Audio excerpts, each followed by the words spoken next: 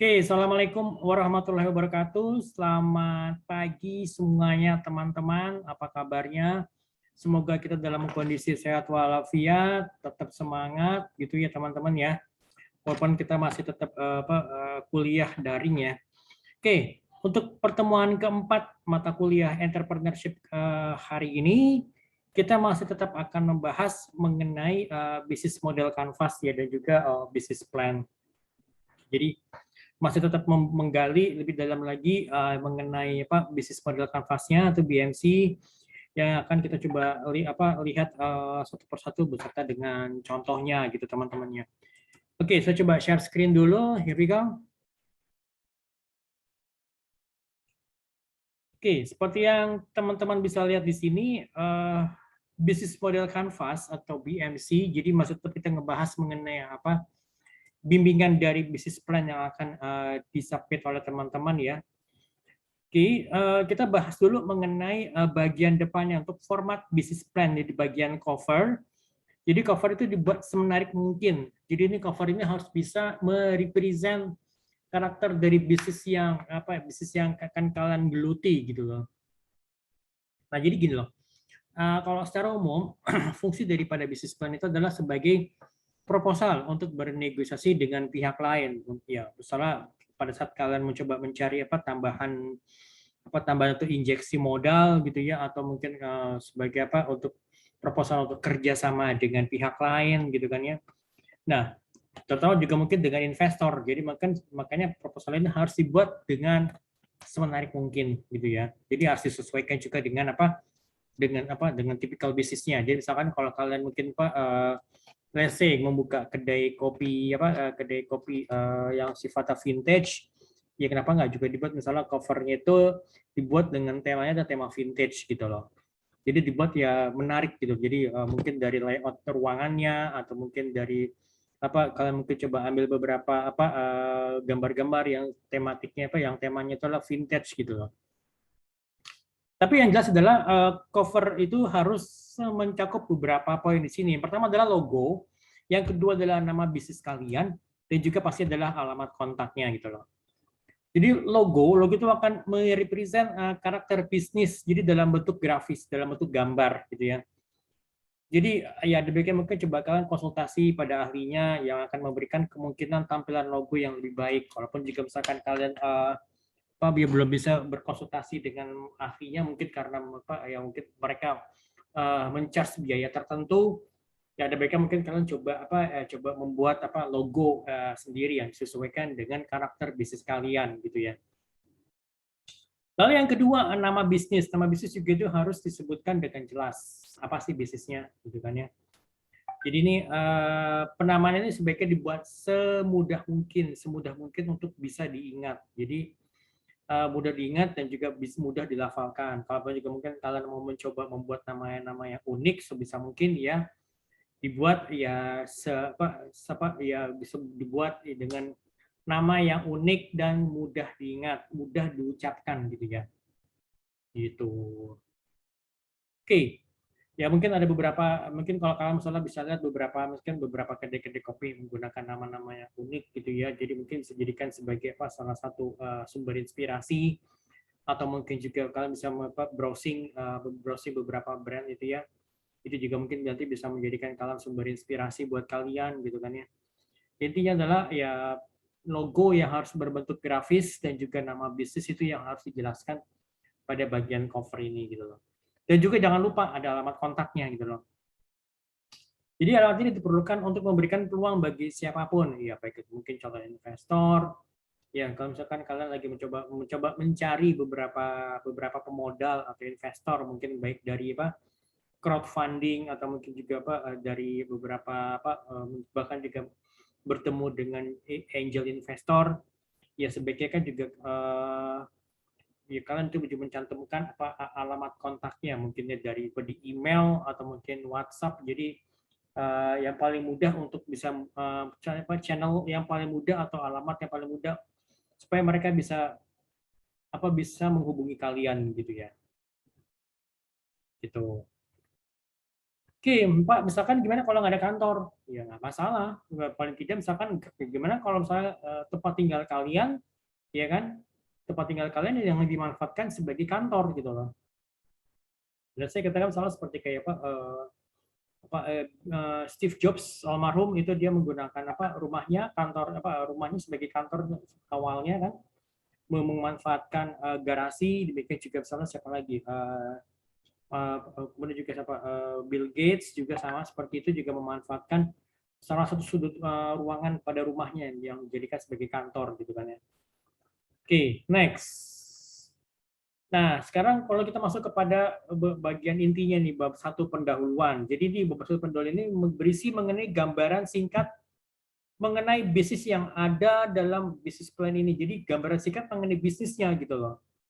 Jadi overview terdiri dari bisnis background, jadi latar belakangnya mengapa bisnis ini didirikan gitu loh, atau bisa disebutkan mengapa ide bisnis ini muncul, ya kan?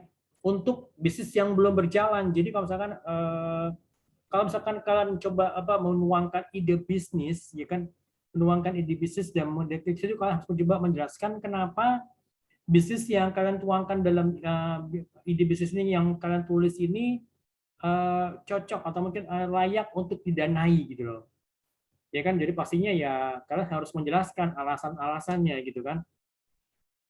Nah, kalau bagi bagian bisnisnya sudah yang sudah berjalan gitu kan ya, itu ya kalian jelaskan kenapa sih bisnis ini atau kenapa sih bisnis ini ada, latar belakangnya kenapa gitu loh. Lalu yang kedua, vision and mission statement. Visi itu cita-cita jangka panjang kalian gitu loh. Ya kan, apa sih yang ingin dicapai oleh usaha kalian gitu. Misalnya kayak contohnya adalah waktu itu kalau pernah Pak Helmi Yahya itu mewawancarai salah satu pengusaha cat di Surabaya. Dia menjelaskan bahwa si ownernya itu bercita-cita mempunyai visi bahwa dia akan membawa perusahaan ini menjadi perusahaan cat terbesar di Indonesia. Dan bayangkan itu kok nggak salah di mention sekitar berapa puluh tahun yang lalu gitu ya. Dan pada saat dia berbicara mengenai berbicara bahwa dia akan membawa perusahaannya menjadi perusahaan cat terbesar di Indonesia, di sekelilingnya itu ya sekeliling pabriknya, sekeliling kantor itu masih tanah kosong gitu, bayangkan gitu kan. Jadi dia punya visi, jadi punya gambaran atau punya gambaran yang jelas ke depannya mau ngapain gitu, ke depannya mau apa sih yang ingin dicapai ya, apa cita-citanya yang di masa yang akan datang. Itu masalah berarti bukannya sekedar 5 tahun 10 tapi mungkin 20 tahun atau 30 tahun yang akan datang gitu loh. Misalnya di tahun 2045 kalian itu ingin menjadi misalnya apa? Misalnya menjadi yang tadi sekarang UMKM, kalian misalnya menanjak misalnya menjadi perusahaan menengah gitu ya. Ini kan misalnya perusahaan menengah di bidang apa? Misalnya dengan mempunyai misalnya berapa cabang gitu kan ya. Itu harus coba dijelaskan dengan detail gitu kan ya. Nah, kemudian misi itu adalah langkah-langkah yang harus ditempuh untuk bisa mencapai visi yang sudah ditetapkan sebelumnya gitu ya. Jadi sebenarnya kalau dalam pelajaran strategic management itu ada visi, vision, ada mission, kemudian juga ada lagi goals, kan ada tujuan, ada sasaran gitu kan ya. Tapi apa? Kita coba fokus pada dua ini aja, vision and mission statement saja gitu ya. Lalu kemudian product description di sini berisi mengenai penjelasan singkat mengenai produk atau bisnis yang dibutuhkan untuk berisi mengenai penjelasan singkat mengenai produk atau bisnis yang kalian jual, yang kalian tawarkan gitu loh, gitu kan. Ya, misalkan kalau misalnya tadi kalau misalnya kedai kopi, ya harus dijelaskan kedai kopinya seperti apa, lokasinya di mana, gitu kan. Kemudian jenis kopinya apa saja, gitu kan. Apakah hanya khusus untuk take away saja atau juga ada untuk dine in di tempat. Kemudian selain dari kopi, apalagi nih produk atau layanan yang disajikan, misalnya ya ada cemilan gitu kan, atau mungkin juga ada teh atau apapun itu gitu. Jadi memberikan penjelasan yang jelas mengenai deskripsi produknya atau deskripsi dari jasa yang ditawarkan kepada konsumen gitu ya. Kemudian juga struktur organisasi. Struktur organisasi itu ya harus disebutkan sehingga sehingga calon investor itu bisa melihat tingkat kemapanan dari pelaku bisnisnya gitu. Ya paling tidak ya, let's say kata usahakan ada beberapa yang seperti saya tahu, jadi ada beberapa investor itu atau beberapa equity crowdfunding atau security crowdfunding itu mereka meminta organisasi ini dalam bentuk PT gitu ya, perseroan terbatas, dan juga sudah berjalan minimum selama 1 tahun gitu ya. Nah, setahun itu misalnya setahun ya, setahun walaupun misalnya setahun ini dia rugi ya, bisa ketahuan misalnya ruginya berapa. Kalau misalnya masih yang katakan masih plus minus lah ya. Jadi mungkin walaupun misalnya di beberapa bulan terakhir misalnya surplus, tapi mungkin di bulan-bulan sebelumnya sempat misalnya minus, itu nggak masalah. Tapi paling tidak kita harus coba menjelaskan bahwa ini loh struktur organisasi kita yang dalam bentuk PT, dalam bentuk perseroan terbatas gitu kan ya.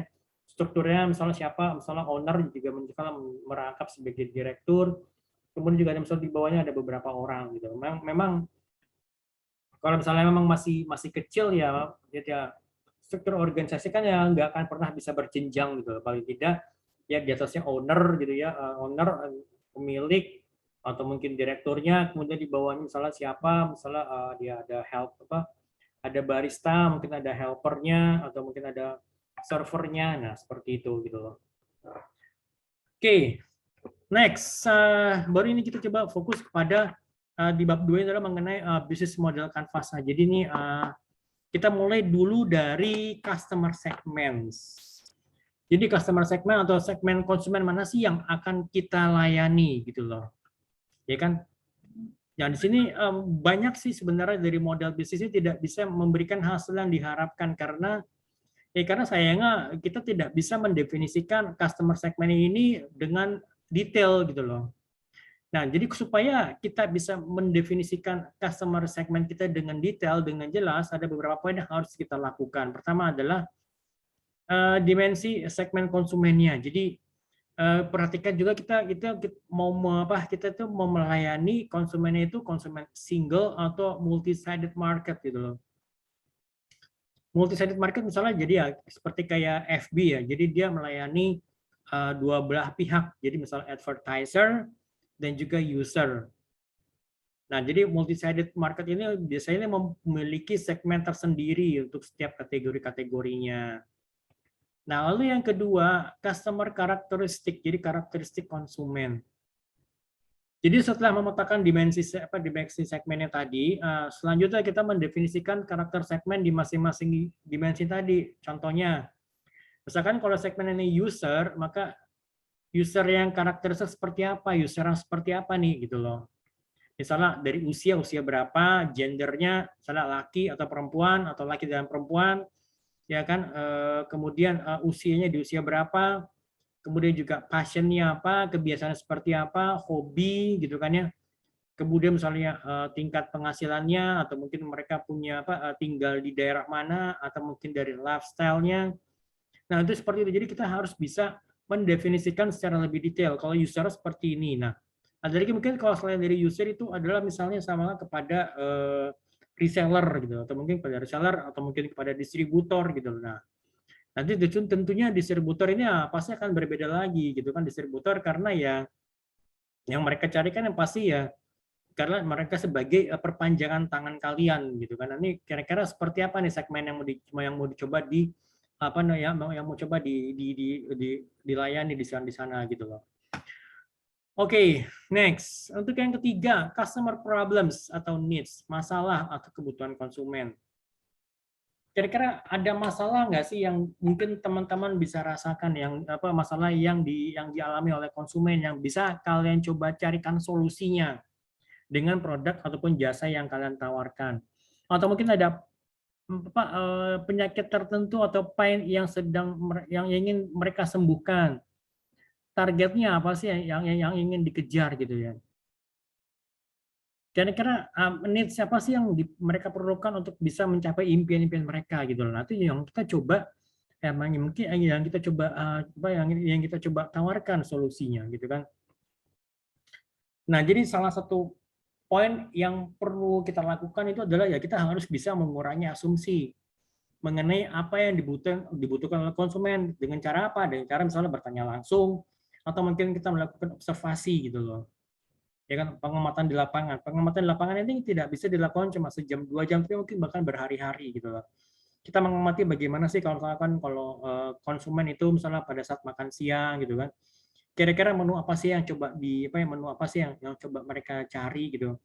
Dari sekian banyak misalnya dari sekian banyak orang yang mungkin yang kalian wawancara gitu kan ya, kira-kira berapa persen sih mereka ya makan misal makan di tempat, makan di entah makan di kantin atau makan di pokoknya makan di luar kantor gitu loh. Atau juga berapa persen dari mereka ya mereka pesan menu misalnya baik itu lewat lewat ojek online atau mungkin delivery dari restorannya langsung, dan mereka konsumsi dan mereka makan di kantor ya, mungkin di ruangan misalnya di kantornya ada kayak ada ruangan khusus untuk makan, nah seperti itu gitu loh. Nanti yang perlu kita coba lihat gitu loh. Nah, kemudian juga misalkan pada saat mereka makan di tempat atau makan di luar, makan di luar kantor, kira-kira mereka mesennya menu seperti apa gitu kan. Gitu. Nah, atau mungkin mereka bisa makannya sendiri atau mungkin makannya bergerombol atau misalnya bareng dengan teman-temannya satu divisi atau beda divisi. Mereka turun misalnya cari makanan keluar kantor gitu kan ya. Itu yang perlu coba kita cari tahu lebih detail gitu kan ya. Jadi nggak apa ya, pengamatan ini nggak bisa hanya sekedar apa sejam 2 jam, bahkan mungkin perlu berhari-hari tuh. Bahkan kalau kalian mungkin pernah dengar yang namanya apa film Bajai Bajuri, itu di situ dijelaskan juga bahwa sutradaranya itu atau penulis skripnya itu juga mereka bahkan sampai harus apa namanya tinggal di daerah di daerah yang apa yang di daerah yang gang, daerah padat penduduk selama hampir kurang lebih setahun gitu loh. Itu yang saya tahu pada saat itu. Jadi kenapa makanya ceritanya Bajai Bajuri itu terlihat sepertinya kayak membumi banget, maksudnya kok nggak jauh dari realita atau kenyataan gitu kok gitu ya. Makanya ada si emak, ada si oneng, ada siapa, ada apa si bajurinya gitu kan ya. Ya itu kan terlihat lebih apa lebih alami gitu ceritanya. Gitu. Nah, oke. Nah, setelah itu kita coba lihat kepada value proposition.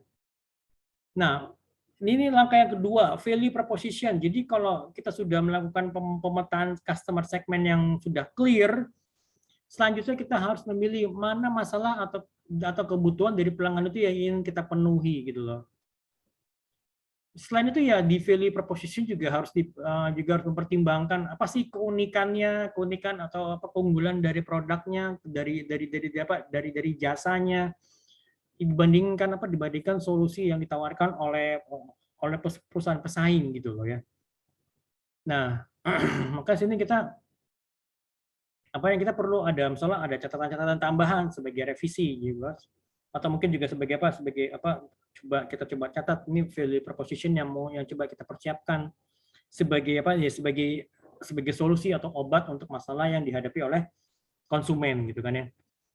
Sebagai contoh misalkan kalau kalian misalnya punya perusahaan startup yang sedang dikembangkan, itu namanya signifiergames.com.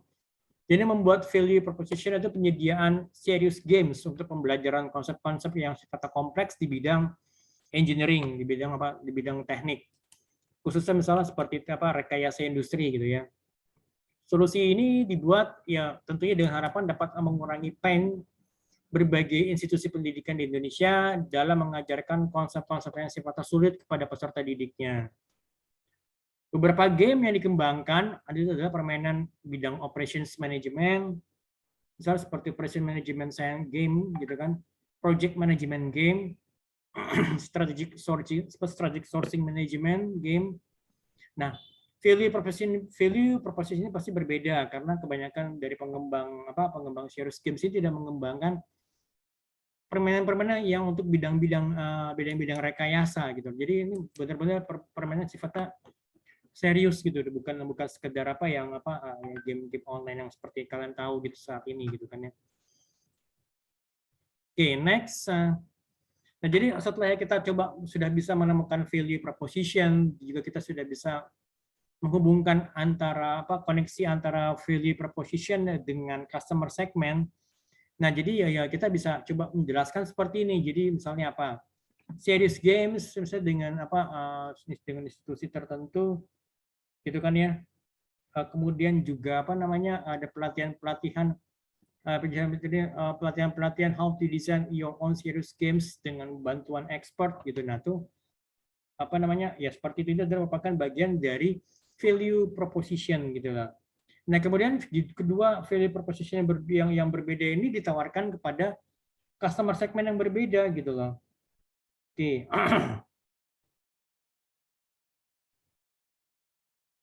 Nah, oke, nah seperti itu gitu loh.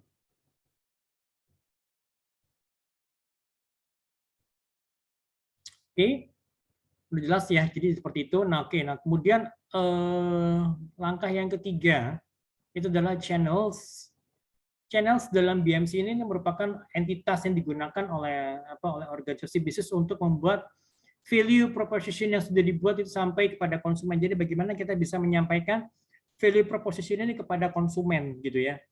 Jadi biasanya misalnya menggunakan framework AIDA, attention, interest, desire, and action sebagai tahap awal. Ditambah bagaimana proses pengiriman barang ataupun jasa tersebut kepada konsumen gitu kan ya. Misalnya, apa yang dilakukan untuk bisa menarik konsumen terhadap value proposition yang kita buat? Ada beberapa pilihan-pilihan menarik, misalnya dengan adanya iklan gitu kan ya, atau misalnya menggunakan FB ads, atau misalnya menggunakan search engine optimization, nah seperti itu gitu kan. Nah, kalau di channel di channel sebagai contoh untuk di signifiergames.com ini menggunakan media website, juga brosur dan juga buku-buku yang dijual di retailer seperti Amazon.com untuk bisa menyampaikan value proposition kepada konsumen. Oke, atau mungkin juga misalkan bayangkan kalau misalkan kalian tadi ya balik lagi ke kedai kopi. Kira-kira kalau misalkan kalau kalian punya kedai kopi, misalnya kedai kopi yang tadi kalian dengan konsep yang vintage, kira-kira bagaimana sih kalian mencoba menyalurkan menyampaikan konsep keunikan dari kedai kopi kalian yang menggunakan vintage environment ini kepada konsumen gitu loh. Kira-kira gue mau nyasar kemana nih gitu kan? Nyasar kepada keluarga kah gitu ya? Atau menyasar kepada kalau saya misalnya pada keluarga, saya harus menggunakan channel yang mana gitu kan ya? Kalau misalkan saya mencoba menyasar kepada kepada karyawan gitu ya, karyawan-karyawan yang mungkin mereka sering melakukan meeting di luar kantor gitu ya, mereka mungkin membutuhkan tempat untuk bisa misalnya ya menggantikan working from office, misalnya mereka kita sediakan tempat. Nah, itu kira-kira bagaimana kita bisa menyampaikan kepada mereka. Jadi harus disesuaikan juga dengan target konsumen yang akan kita tuju gitu kan ya. Gitu. Oke. Customer relationship. Jadi bagaimana kita bisa berkomunikasi kepada konsumen kita. Bagaimana kita bisa berinteraksi dengan konsumen kita yang tentunya ya kita ya harus bisa menyesuaikan bahasa yang kita gunakan dengan target konsumen kita gitu kan ya. Ya misalkan ya kayak perusahaan penerbangan. Jadi misalnya setelah menggunakan jasa penerbangan kita, ya kita biasanya kan kita ditawarkan berbagai misalnya email penawaran, misalnya memberikan membership khusus misalnya seperti kayak Garuda, mereka punya Garuda frequent flyer gitu ya. Misalnya sudah mencapai beberapa poin-poin tertentu, mereka akan mendapatkan benefit gitu kan ya. Nah, misalkan juga seperti kayak tadi misalnya kedai kopi yang vintage, kalau misalkan kalian mau coba menjalin hubungan atau customer relationship dengan mereka, bagaimana sih apa harus kita lakukan? Ya misalnya memberikan voucher kah atau misalnya memberikan diskon untuk misalnya kunjungan tertentu, setiap kali misalnya kunjungan tertentu gitu kan ya, atau mungkin memberikan misalnya memberikan reward misalnya bagi mereka yang ulang tahun misalnya seperti itu gitu kan ya. Nah, kemudian langkah yang kelima itu adalah revenue stream. Revenue stream adalah mengenai pendapatan yang diterima oleh perusahaan atau organisasi yang berasal dari value proposition yang kita tawarkan. Jadi hal paling penting adalah harus terjadi koneksi yang clear antara revenue stream yang dihasilkan dengan value proposition dan juga customer segment mana yang akan membayar untuk hal tersebut, gitu ya. Jadi value proposition yang ditawarkan apa, kemudian apa revenue-nya bagaimana, gitu kan. Kemudian customer segment yang mau dilayani yang mana, kemudian juga apa namanya hasilnya apa, revenue stream-nya bagaimana, gitu kan ya. Nah, ini sebagai contoh misalnya tadi yang untuk yang apa, yang signifier games itu, jadi di mana revenue stream berasal dari paket penjualan game dan juga buku untuk kalangan akademisi. Dan yang membayar itu adalah institusi pendidikan, gitu kan ya. Kayak misalkan kita lihat misal di sini kan. Ini sebenarnya jadi ada hubungannya antara value proposition dengan revenue stream dan juga customer segment dengan revenue stream di sini, gitu kan ya. Nah, jadi misalkan kalau kayak di sini nih serious game dengan white label institution gitu ya. Kemudian juga ini akan memberikan revenue stream itu bagi apa? Untuk paket penjualan produk paket-paket buku berikut dengan gamesnya. Kemudian untuk value proposition pelatihan how to design your own serious games dengan expert. Nah, ini sebetulnya akan memberikan revenue stream kepada in-house training gitu kan. Ya demikian juga di sini misalnya untuk institusi pendidikan, berarti ya mereka customer segment yang dari institusi pendidikan itu akan memberikan revenue stream kepada organisasi itu berupa pembelian produk-produk paket buku berikut dengan gamesnya. Untuk bagi perusahaan-perusahaan atau corporate itu akan memberikan revenue stream itu dalam bentuk apa misalnya pembelian in-house training gitu kan ya, atau kontrak in-house training. Nah seperti ini. Oke, jelas ya teman-teman ya. Oke, ini untuk customer relationship-nya tadi ini ya, misalnya kalau tadi yang apa free untuk yang game-nya ini misalnya ada free coaching, kemudian adalah community of practice gitu supaya tetap bisa terjalin hubungan antara apa? Antara konsumen dengan perusahaan gitu dengan organisasi. Kemudian channel-nya itu misalnya bisa jadi dengan ya misalnya menggunakan brosur gitu ya, brosur atau in-house training gitu kan ya. Atau juga dengan menggunakan website gitu loh. Oke. Jadi output itu merupakan daftar dari revenue streams yang berasal dari value proposition yang ditawarkan dan dengan customer segment Y sebagai pihak yang bersedia membayar. Jadi ada value proposition X dan juga customer segment Y sebagai apa pihak yang bersedia membayar gitu kan ya.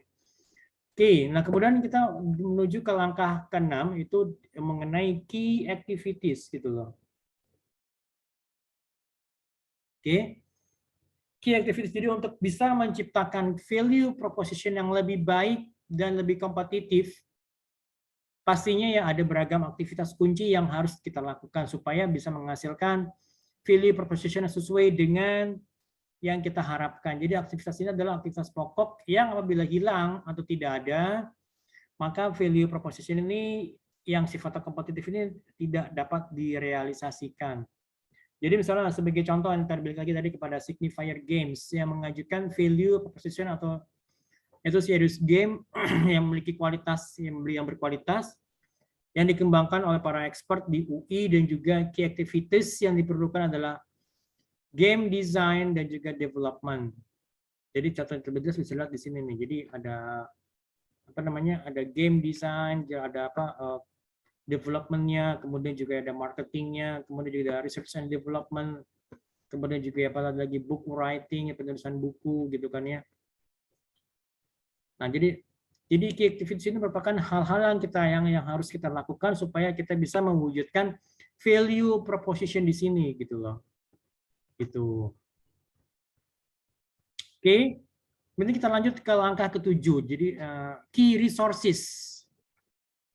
Key resources itu merupakan sumber daya strategis yang dibutuhkan untuk menunjang key activities agar bisa berjalan dengan lancar supaya kita juga bisa menghasilkan value proposition yang sesuai dengan yang diharapkan. Jadi dengan terpetakannya key resources diharapkan sebuah bisnis dapat menjadi lebih kompetitif dibandingkan pesaingnya. Begitu.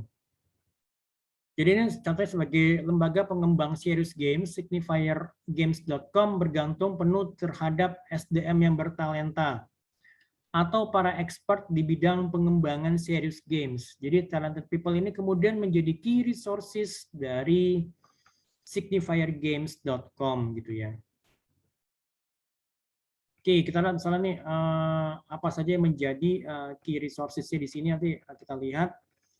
Oke, output-nya adalah daftar dari sumber daya utama yang dibutuhkan untuk menunjang key activities agar dapat menghasilkan value proposition yang diinginkan.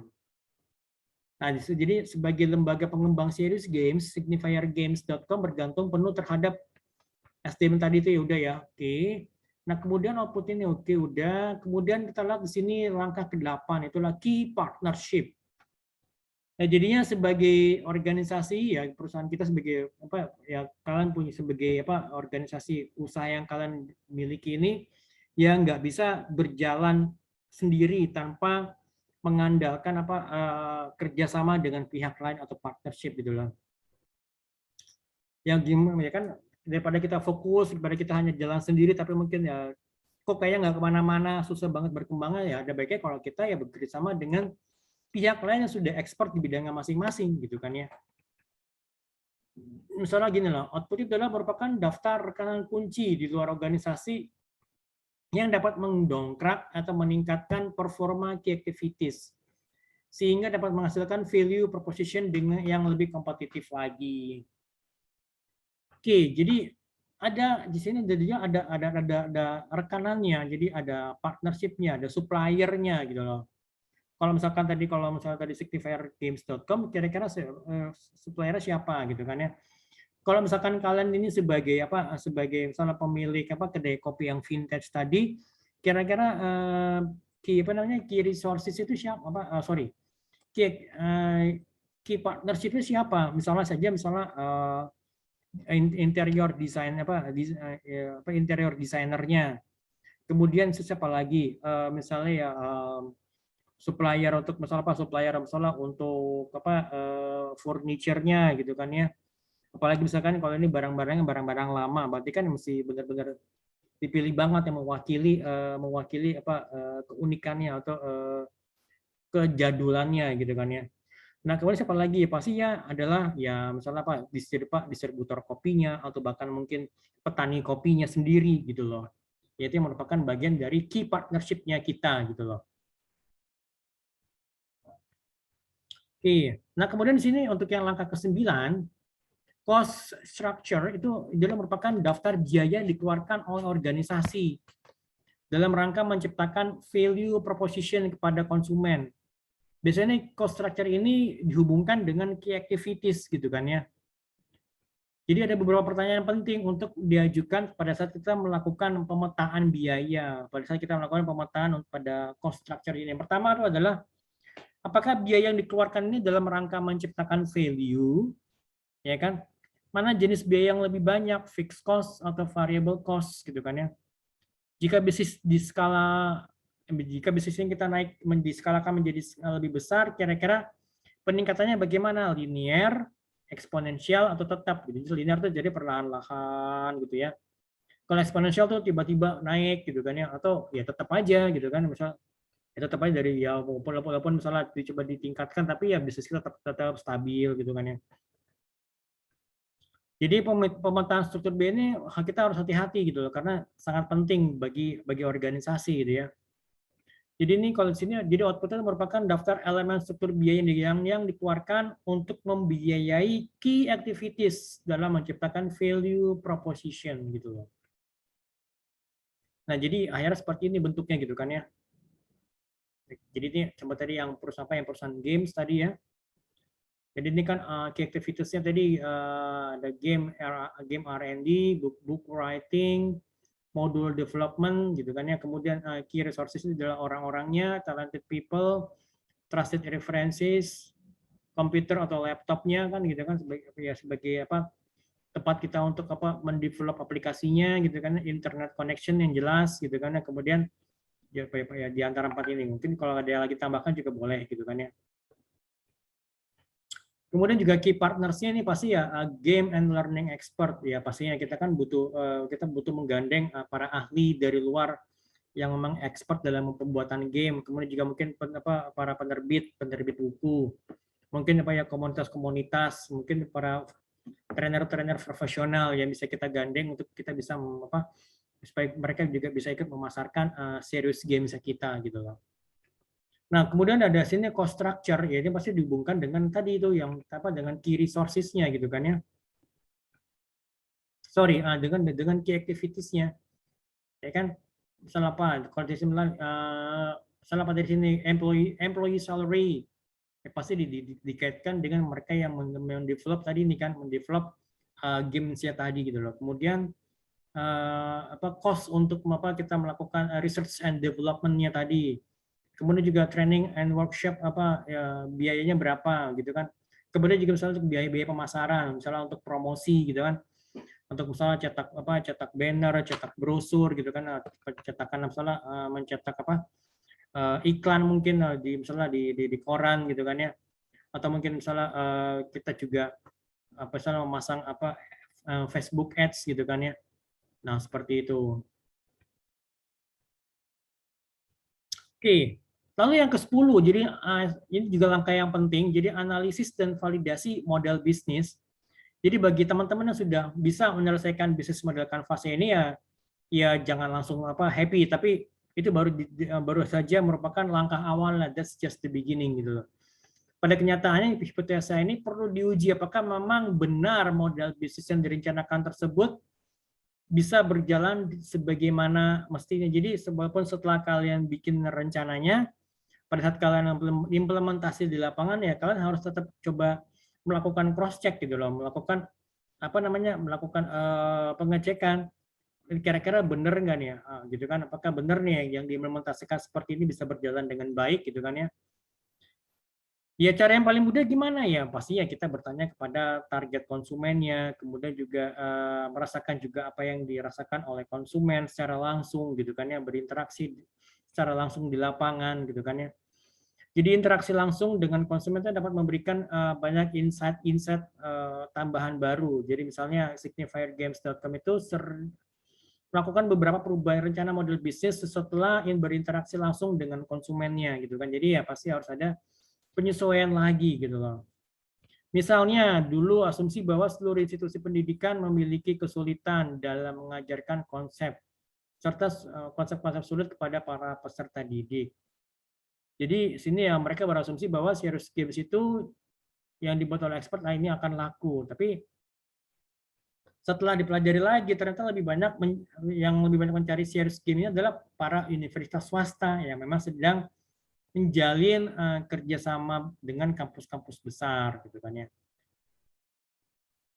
Makanya kenapa kerjasama tersebut dibundling dengan produk buku, games, dan workshop untuk universitas yang tersebut gitu loh.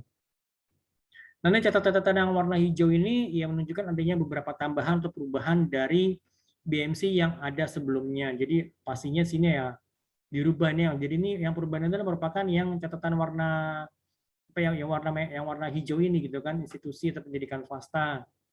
Jadi kan kampus swasta, kemudian juga adanya misalnya pemerintah dan kementerian gitu ya. Nah, kalau menurut kalian kira-kira model bisnis kalian itu sudah valid belum gitu loh?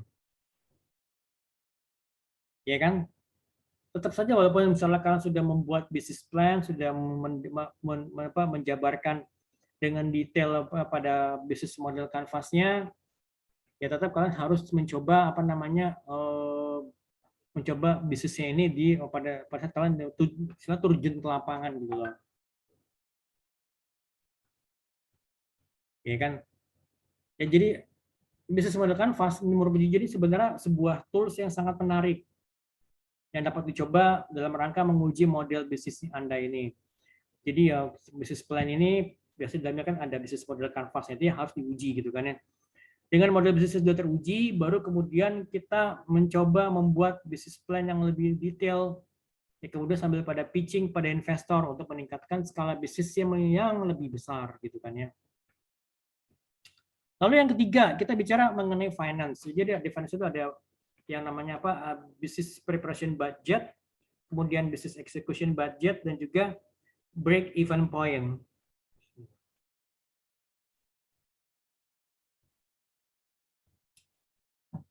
Oke, pada business preparation budget ini ada dua hal yang kita tampilkan. Yang pertama adalah fixed cost. Contohnya misalnya apa, sewa tempat gitu kan ya. Fixed cost itu sewa tempat, kemudian pembelian peralatan, renovasi tempat usaha, izin-izin, semua itu masuk kepada fixed cost. Kemudian juga misalnya seperti itu. Kemudian juga variable cost itu meliputi belanja bahan-bahan baku maupun juga misalnya belanja stoknya, kemudian juga apa, production cost, marketing cost, biaya promosi masuk kepada variable cost gitu kan ya. Business execution budget itu ini biaya untuk yang dibutuhkan untuk pemrosesan pembukaan bisnis. Soal ketika ada apa launchingnya, kemudian mungkin kalian apa mengadakan misalnya ya apa promosi-promosi untuk apa launching apa kafenya, kemudian juga misalnya promosi misalnya untuk apa ya lagi, misalnya untuk apa launching untuk misalnya untuk ke kafe yang kedua, misalnya cabang kedua dan seterusnya gitu kan ya. Lalu yang ketiga BEP, break even point, itu merupakan titik impas di mana posisi jumlah pendapatan dan biaya sama atau seimbang sehingga tidak terdapat keuntungan ataupun kerugian dalam yang ada di organisasi ini. BEP ini digunakan untuk menganalisa proyeksi sejauh mana pada jumlah unit yang diproduksi atau sebanyak apa uang yang harus diterima untuk bisa mendapatkan titik impas atau kembali modal gitu ya. Kenapa sih tujuannya apa sih tujuan dari BEP itu?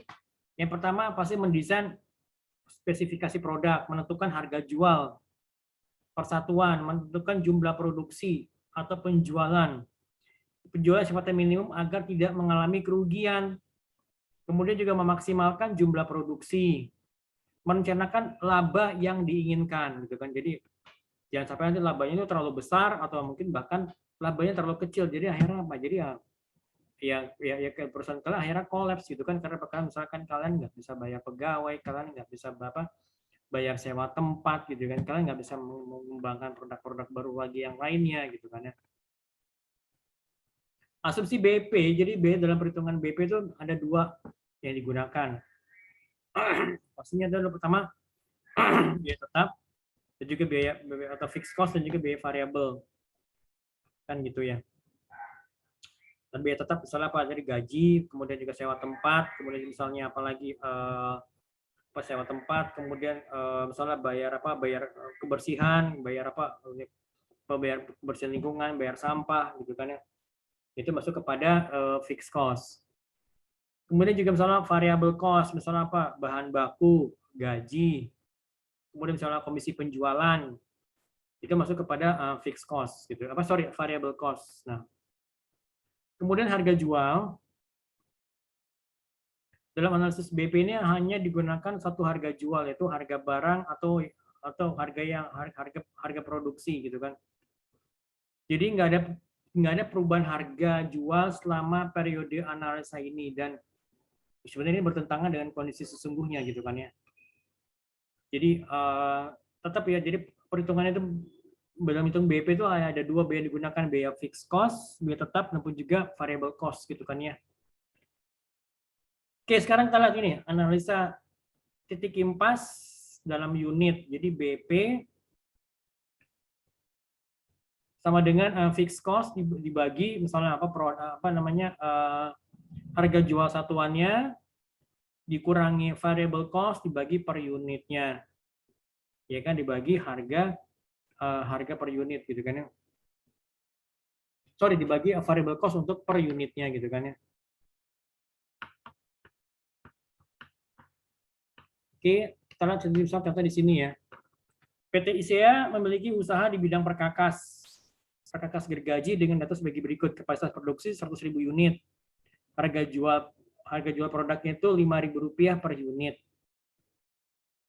Total fixed cost itu adalah 150 juta dan total variable cost itu adalah 250.000. Nah, kita coba cari titik impasnya berapa gitu kan ya. Oke, kita ketahui bahwa kapasitas produksi adalah 100.000 unit. Harga jualnya itu adalah Rp5.000, maka total penjualan itu adalah 500 juta gitu kan ya. Kita lihat ini fixed cost per unitnya berapa. Fixed cost, jadi fixed per unit kan 150 juta dibagi 100.000 kan. Ya kan? Menjadi Rp1.500 per unit. Sedangkan variable cost-nya itu adalah 250 juta tadi kan, 250 juta dibagi 100.000. Kita lihat 250 juta dari mana nih? Oke.